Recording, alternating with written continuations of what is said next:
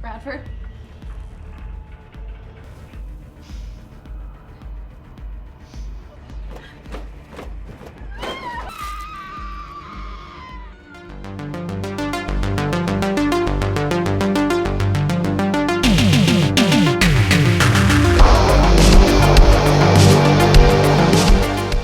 Writer, director Jake Jarvie brings us Haunt Season. Now this is a movie that is a killer on the loose in a haunted scare attraction. Now we have seen this before a few times. What is this one all about? Well, it takes place a short time before Halloween, and we have this scare attraction in this kind of holiday season, and it primarily focuses on the cast and workers of this kind of scare attraction. We have a new girl who's just started working for this troupe of wannabe actors, so to speak, and she's replacing someone who hasn't turned up. So she's the new girl, and she's our focus character. We have a large cast of different workers who either are actors or kind of behind the scenes type people. But at the same time, there is actually a killer who is using this haunted attraction, this scare attraction, to effectively mask his tracks, because this scare attraction is full of blood and fake blood and body parts and horror iconography, and it's the perfect place to slaughter people because people just think that it's just any evidence that's left is just part of the attraction, and if he's ever seen he's wearing a costume, he blends right in.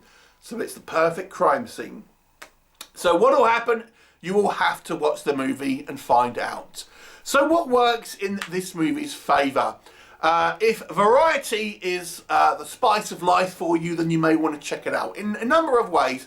Firstly, the cast is quite big. We have a large number of these people who are working in this scare attraction. And although we do kind of focus on one or two characters primarily, we do get time spent with the majority of people that are working here, and so we do have quite an expansive cast of characters who are all there for their own individual reasons. So there's that. The second thing I would say is, and this is kind of quite a fun conceit, because in a lot of these sort of slasher movies, people are always like, oh, you know, the masked killer, he looks cool and everything like that, and he's got a certain look.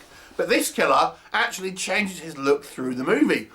Every time he goes out on the hunt, he actually uses a different costume, which he takes from the kind of the wardrobe of this scare attraction, thus blending in, but also giving you a variety.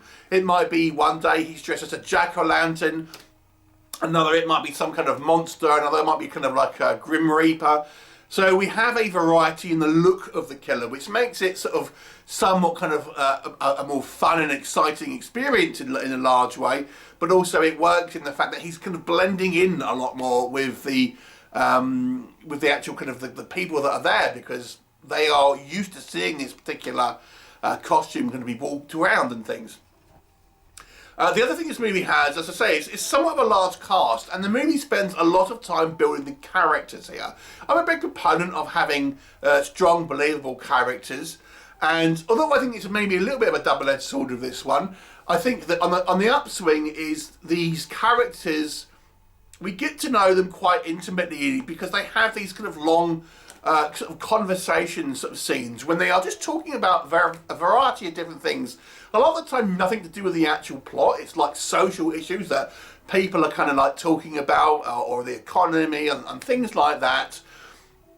And it just gives you this kind of sense that these people are sort of genuine sort of work colleagues who are just talking about everyday kind of stuff to one another, which conversations like this probably happen in every kind of workplace.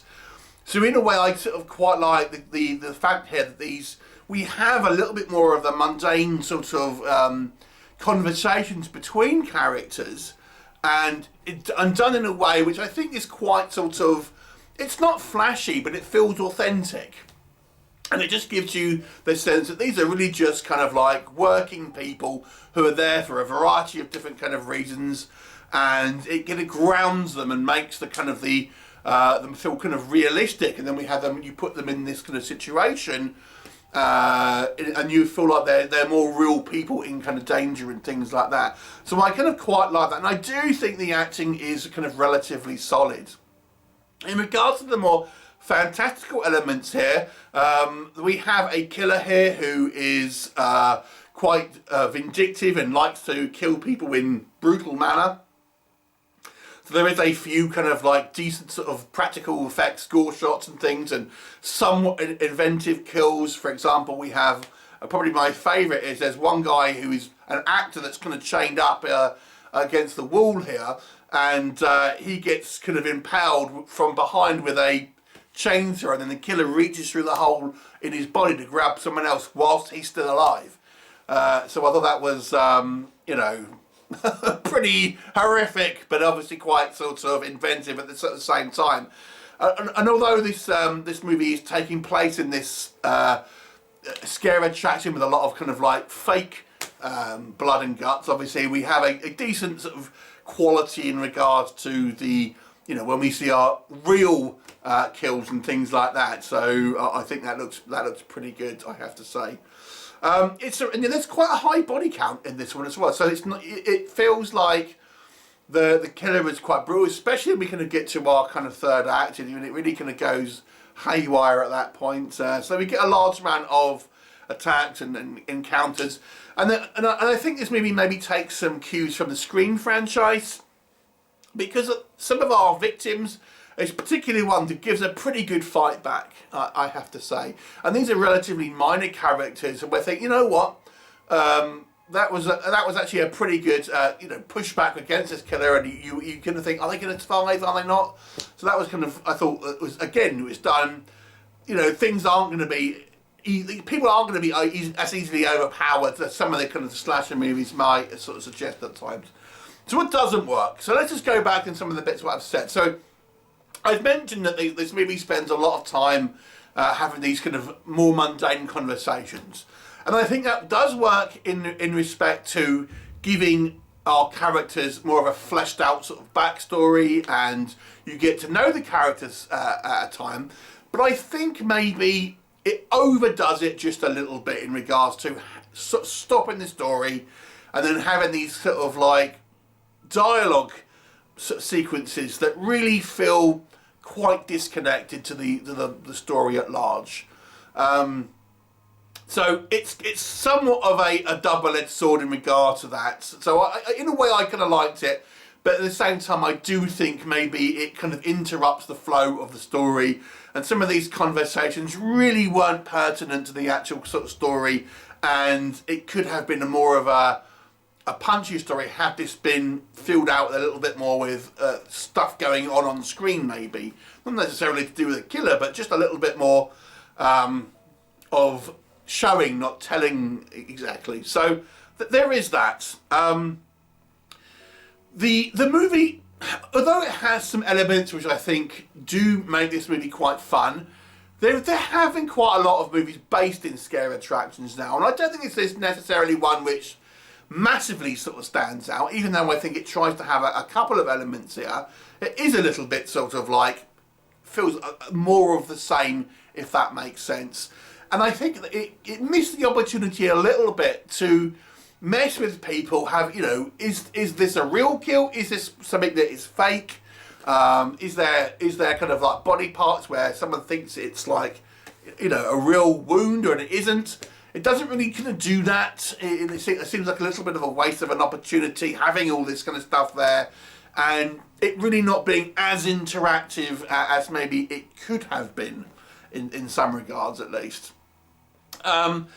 We get the reveal of the killer sort of around the third act, and I think the motivation that is given, I think, is particularly weak.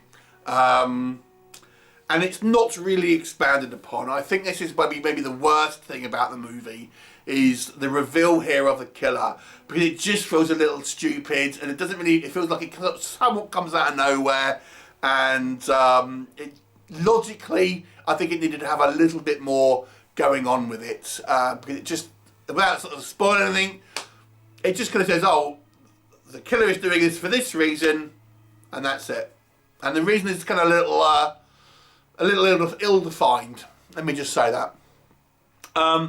Overall, I would say it's kind of a fun slasher movie. It does have a little bit of variety. I think the cast are generally pretty good. I'll give this one a slightly above average score of 6 out of 10. I don't think it really sort of breaks the mould in any particular way, but it's worth watch. I think it's, generally speaking, a fairly good, if not remarkable movie, but certainly worth your time at least once. 6 out of 10. Have you seen it? What did you think? Leave me a comment and I shall look forward to seeing you next time. Bye for now.